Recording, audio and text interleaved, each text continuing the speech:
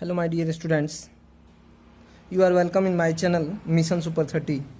Today I am going to start UP Board Class 10th English Section A prose. Okay, आइए हम लोग pros section से, चूँकि इसमें इस बुक में 3 सेक्शन दिया हुआ है. पहला आपका प्रोज है, सेकंड पोएट्री और थर्ड जो है सप्लीमेंट्री रीडर है. ओके, हम लोग इसमें फर्स्ट सेक्शन को देखेंगे, सेक्शन ए. ठीक है, आइए सेक्शन ए का जो प्रोज का फर्स्ट चैप्टर है द एन्चेंटेड पूल, यानी होता है द एन्चेंटेड का मतलब होता है जादुई और पूल का मतलब होता है तालाब, यानी जादुई तालाब, जो कि सी राजगोपालाचारी के द्वारा लिखा गया है. आइए हम लोग इनके बारे में थोड़ा सा स्टडी करते हैं. ओके, अबाउट द ऑथर, यानी लेखक के बारे में. लेखक कौन है इस चैप्टर के?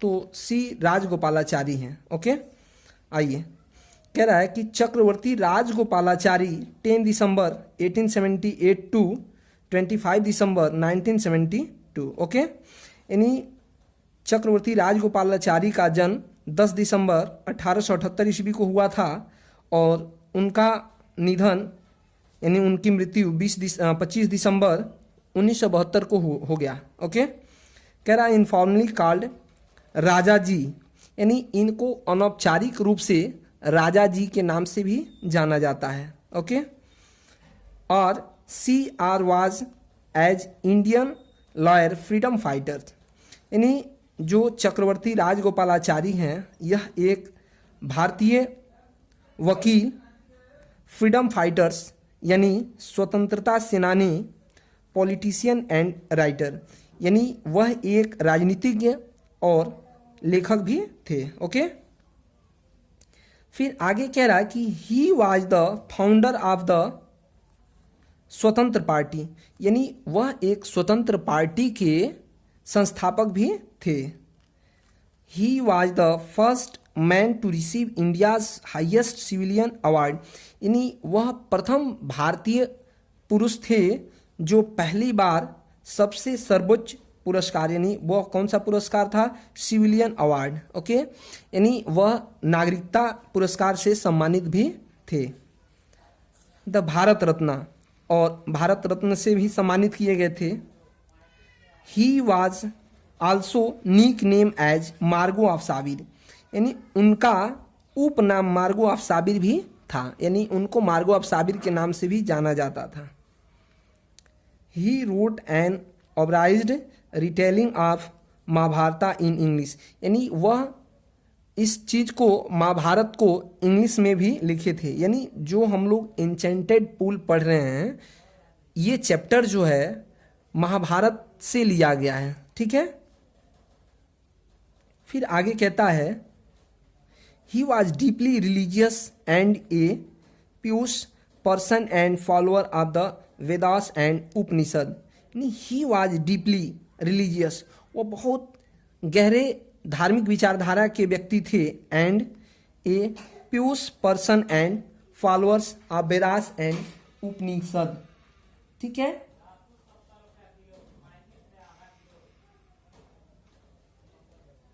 यानी वह एक धर्मनिष्ठ भी थे, यानी धर्म को मानने वाले, धर्म के मार्ग पर चलने वाले भी व्यक्ति थे. फिर आगे कह रहा है Richard Casey the favourer of from 1944 to 1946 regarded Raja ji as wisest was in India. The best possible tribute to Raja ji was from Mahatma Gandhi who referred to him as the keeper of my conscience, यानी वह महात्मा गांधी से भी संबंध रखते थे, यानी वह ऐसे व्यक्ति थे जो महात्मा गांधी से काफ़ी प्रभावित थे. अबाउट द लेसन, आइए अब हम लोग इस लेसन के बारे में स्टडी करते हैं. ठीक है, कह रहा है this lesson is an extract from the Mahabharata, यानी एक्सट्रैक्ट का मतलब होता है, एक्सट्रैक्ट का मतलब होता है अवतरित होना, यानी यह जो चैप्टर है द एन्चेंटेड पूल, यह महाभारत से उद्धृत है, यानी महाभारत से अवतरित है। ठीक है। It reflects the character of Yudhishthira the Dharmaraj, his patience, kindness, love for his brothers and intelligence. कह रहा है इसमें युधिष्ठिर के धर्म की परीक्षा होती है और उनके इच्छाओं की परीक्षा होती है, उनके धैर्य की परीक्षा होती है। ठीक है। कह रहा है he pleases Yaksha by giving satisfactory answers to his questions. कह रहा है कि यक्ष यानी यक्ष एक ऐसा व्यक्ति रहता है जो बिल्कुल ही अदृश्य रहता है, यानी डिसअपियर रहता है, वो दिखाई नहीं देता है, उसकी केवल आवाज़ ही आती है, जिस आवाज़ को ये लोग यानी महाभारत के ये पांचों पांडव महसूस करते हैं, लेकिन वो लोग देख नहीं पाते हैं। ठीक है। आगे कह रहा है the Yaksha was pleased with Yudhishthira impartiality. The Yaksha was Yama the lord of death, यानी वह यक्ष कौन था? तो मृत्यु का देवता था। यक्ष कौन था? मृत्यु का देवता था। कह रहा है कि हु जो had taken the form of Yaksha to see, जो कि यक्ष का रूप लिया हुआ था। कह रहा है कि Yudhishthira and test his knowledge, और युधिष्ठिर के टेस्ट की परीक्षा यानी उसकी परीक्षा वो लेता है। Being satisfied with his answer he blessed him and disappeared. वह क्वेश्चन पूछता है और वहां से वह गायब हो जाता है। ठीक है। आइए कह रहा है Yudhishthira waited for his brothers in anxiety and thirst. कह रहा है कि बहुत ही उन लोगों को प्यास लगी रहती है और पांचों पांडवों में से कोई एक व्यक्ति जाता है, धीरे धीरे करके सारे लोग यानी 4 लोग चले जाते हैं।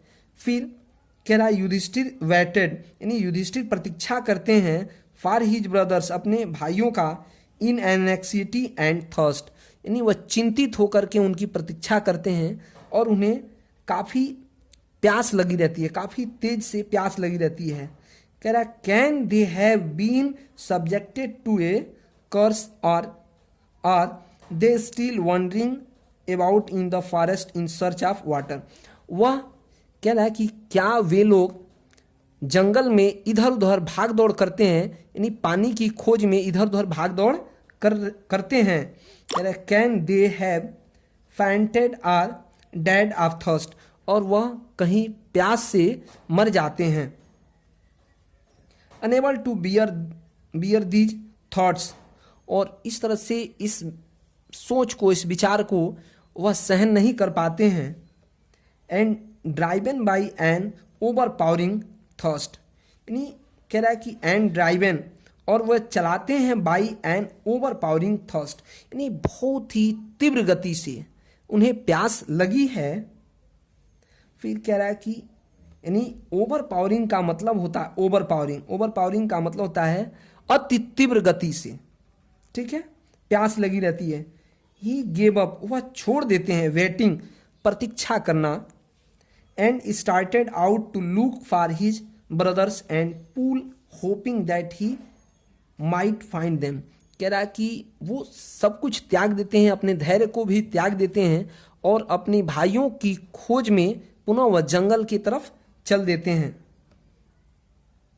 Yudhishthira proceeded in the direction his brothers had taken and kept on walking through tracts full of wild bear and spotted deer and big forest birds till he came upon a beautiful green unable to restrain. यहां से देखेंगे आप। ठीक है।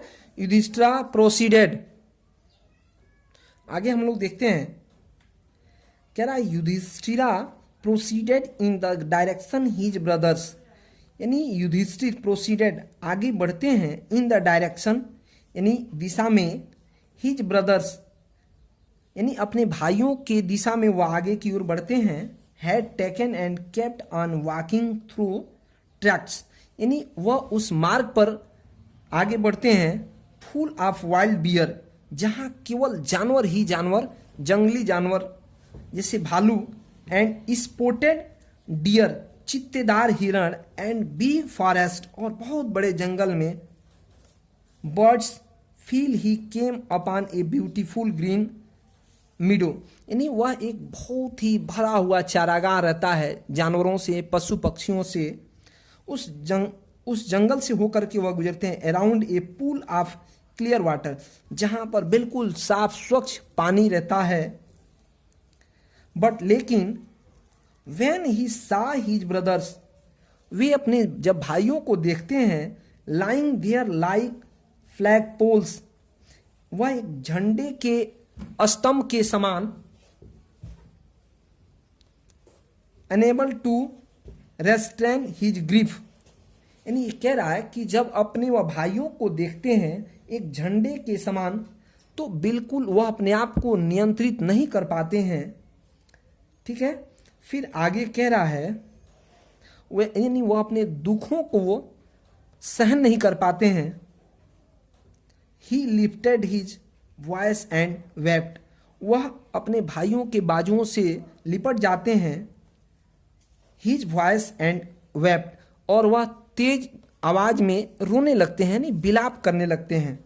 फिर आगे कह रहा है ही टच्ड, वह स्पर्श करते हैं, वह छूते हैं the face of Bhima and arjuna, यानी वह अपने भाई भीम और अर्जुन के चेहरे को स्पर्श करते हैं।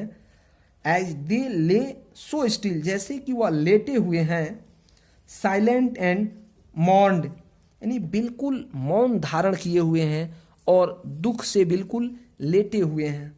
ठीक है, यानी फिर से हम यहाँ से देखेंगे he touched the faces Bhima and Arjuna as they lay so still silent and mourn, यानी वह बिल्कुल जमीन पर लेटे हुए हैं, जैसे कि बिल्कुल वह अपना अफसोस प्रकट करते हैं, यानी दुख प्रकट करते हैं कि मेरे भाइयों के साथ ये कैसी अनहोनी हो गई।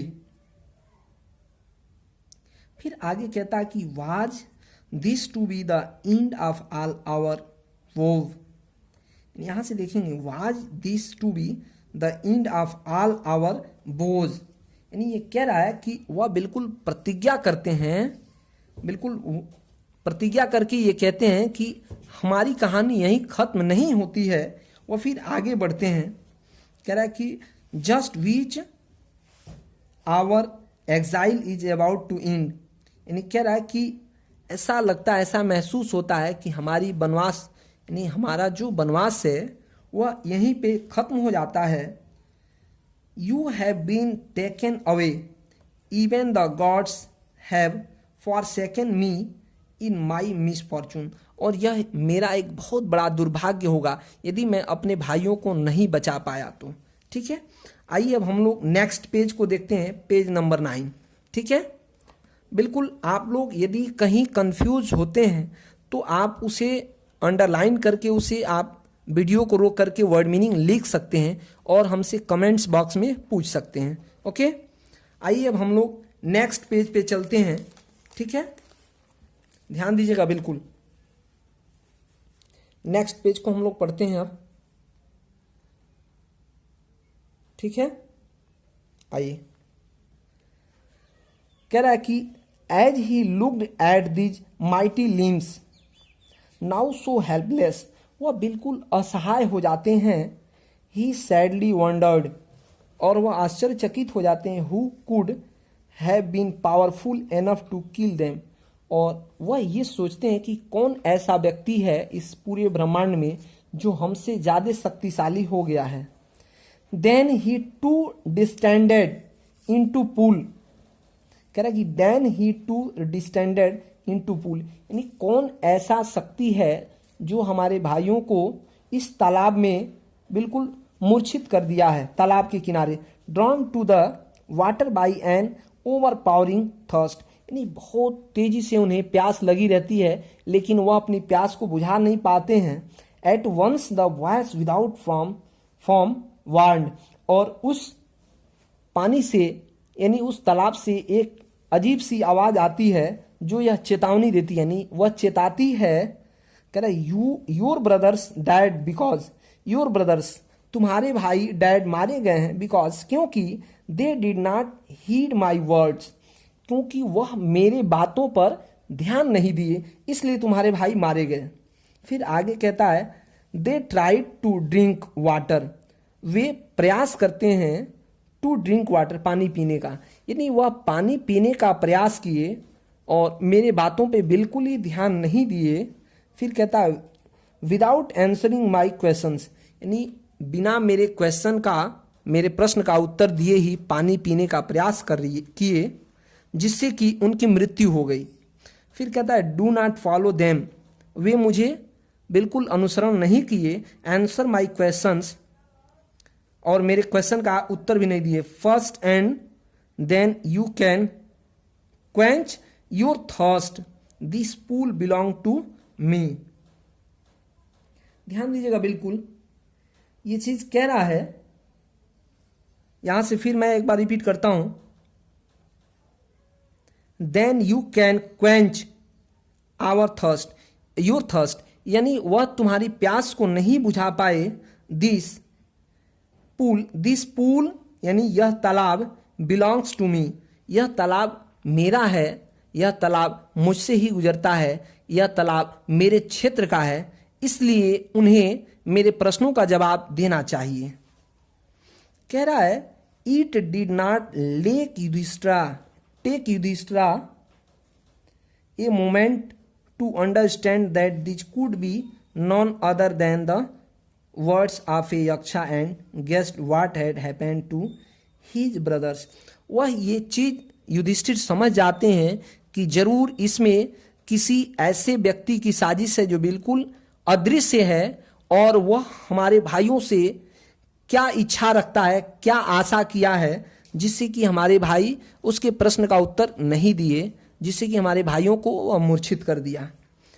तो आगे देखते हैं, it took him no time to see a possible way of bringing them back to life. कह रहा कि वह बिना समय लिए, बिना विलंब किए ही said to the bodiless voice, यानी ही सेड, वह कहे, यानी कौन कहे, युधिष्ठिर कहे, टू द बॉडीलेस वॉइस, उस बिल्कुल शरीर विहीन आवाज को वह बिल्कुल चैलेंज किए। युधिष्ठिर क्या चैलेंज किए, आगे हम लोग देखेंगे। प्लीज आस्क योर क्वेश्चंस, कृपया महानुभाव, कृपया आप अपना प्रश्न पूछें। तो प्रश्न पूछा जाता है, क्या प्रश्न पूछा जाता है, ध्यान दीजिएगा, बहुत ही यह क्वेश्चन जो है आपके जीवन का बहुत ही महत्वपूर्ण क्वेश्चंस हैं, ये हमें हमेशा याद रखना चाहिए। पहला क्वेश्चन क्या है, ध्यान दीजिएगा, the voice put questions rapidly one after another, यानी एक के बाद एक प्रश्न वह पूछते गए। कह रहा what rescues man in danger, कह रहा है खतरे में इंसान को क्या बचाता है, ध्यान दीजिएगा, what rescues man in danger, यानी खतरे में इंसान को क्या बचाता है। तो कह रहा है कि करेज, यानी साहस, हिम्मत, यानी खतरे में हिम्मत ऐसा हमारे अंदर का एक भाव है जो हमें हमेशा बचाता है। फिर नेक्स्ट क्वेश्चन कह रहा है कि by the study of which science does man become wise, कह रहा है कि किस शास्त्र के पन्ने में इंसान अक्लमंद बनता है, और शास्त्र के पन्ने से ये फिर से एक बार मैं रिपीट कर रहा हूं, by the study of which science does man become wise, यानी ये चीज कह रहा है, ध्यान दीजिएगा बिल्कुल, by the study of which science does man become wise. आगे हम लोग देखते हैं, फिर से क्वेश्चंस को एक बार रिपीट करते हैं हम, by the study of which science does man become wise, यानी ये कह रहा है कि किस शास्त्र के पन्ने से इंसान अक्लमंद बनता है। तो आंसर है नॉट बाय स्टडिंग एनी शास्त्र डज मैन बिकम वाइज, यानी ये कह रहा है कि शास्त्र के पन्ने से इंसान अक्लमंद नहीं बनता है। फिर आगे कह रहा है कि it is by association with the great in wisdom wisdom that he gets wisdom, यानी बल्कि अक्लमंदों की संगति से अक्लमंदी मिलती है। फिर नेक्स्ट क्वेश्चन कह रहा है द यक्षा आस्क्ड, यानी यक्ष अगला क्वेश्चन पूछता है what is swifter than the wind, यानी कह रहा है कि हवा से भी तेज क्या है। फिर से कह रहा है कि what is swifter than the wind, यानी हवा से भी तेज क्या है। तो आंसर है माइंड, यानी दिमाग। फिर कहता है अगला question what is more faded than a dried straw, यानी कह रहा है कि सूखे से भी मुरझाया हुआ क्या है। फिर से इसको रिपीट करते हैं what is more faded than a dried straw, यानी कह रहा है कि सूखे तिनके से भी मुरझाया हुआ क्या है। तो कह रहा है ए सारो स्ट्रिकन हार्ट, यानी एक दुख से भरा हुआ दिल सूखे तिनके से भी मुरझाया हुआ होता है। फिर next question what be friends A traveller, यानी एक यात्री की मदद कौन करता है। फिर से क्वेश्चन को मैं रिपीट कर रहा हूँ what be friends A traveller, एक यात्री की मदद कौन करता है। लर्निंग, यानी ज्ञान, सीखना, यानी ज्ञान एक ऐसी चीज है, ज्ञान एक ऐसी हमारी मनोवृत्ति है जिससे कि इंसान को हमेशा अपना यात्री बनाकर रखता है, अपना साथी बनाकर रखता है। नेक्स्ट क्वेश्चन कह रहा है who is the friend of one who stays at home. फिर से who is the friend of one who stays at home, यानी कह रहा है घर पर रहने वाला का साथी कौन होता है। फिर से who is the friend of one who stay at home, ये चीज कह रहा है घर पर रहने वाले का साथी कौन होता है। तो कह रहा है कि द वाइफ, पत्नी, यानी पत्नी एक घर की ऐसी लक्ष्मी होती है जो घर रहने वाले व्यक्ति के हमेशा साथ होती है। फिर नेक्स्ट क्वेश्चन कह रहा है who accompanies a man in death, यानी कह रहा है मृत्यु में इंसान का साथ कौन देता है। मृत्यु में इंसान का साथ कौन देता है। फिर आंसर है धर्मा, यानी धर्म। मृत्यु में इंसान का साथ हमेशा धर्म देता है। ठीक है। दैट एलोन एक्कम्पनीज द सूल in its solitary journey after death, यानी मरने तक का वह साथी धर्म ही होता है। ठीक है। फिर next question which is the biggest vessel, यानी कह रहा है कि सबसे बड़ा बर्तन कौन सा है। Which is the biggest vessel, सबसे बड़ा बर्तन कौन सा है। तो आंसर है कह रहा है कि the earth which contains all with in itself is the greatest vessel, यानी कह रहा है कि सबसे बड़ा बर्तन यह पृथ्वी है जो अपने अंदर हर चीज को समाहित करके सजो करके रखती है। ओके। फिर कह रहा व्हाट इज हैप्पीनेस, प्रसन्नता क्या है। तो इसका आंसर है happiness is the result of good conduct, यानी कह रहा है कि प्रसन्नता अच्छे व्यवहार का परिणाम ही प्रसन्नता है। ठीक है। अगला question what is that by giving up which man becomes loved by all, कह रहा है कि वह कौन सा ऐसा चीज है जिसे छोड़ देने से इंसान सबके लिए प्यारा हो जाता है। ठीक है। फिर से what is that by giving up which man becomes loved by all, यानी वह कौन ऐसा चीज है जिसको छोड़ देने से इंसान सबके लिए प्यारा हो जाता है। तो कह रहा है प्राइड, यानी घमंड, अहंकार। कह रहा है कि for if man gives up being proud, यदि हर इंसान अपने अहंकार को, अपने घमंड को गिव अप, छोड़ दे, तो कह रहा है कि he will be loved by all, तो वह सबके लिए प्यारा हो जाता है। ठीक है। अब जो है हम लोग यहां तक टिक कर लेंगे, चूंकि ये पार्ट 1 में हम लोग यहां तक पढ़ेंगे। अब यहां के बाद से यानी हम लोग नेक्स्ट पेज से पार्ट 2 में इसको स्टडी करेंगे। ओके। तो मैं उम्मीद कर रहा हूं कि ये वीडियो जो है आपको जरूर पसंद आएगी। यदि आप मेरे चैनल पर नए हैं तो आप चैनल को सब्सक्राइब करें, साथ ही बेल आइकन को प्रेस करें ताकि हर वीडियो का नोटिफिकेशन आपको मिलता रहे। Okay, thank you.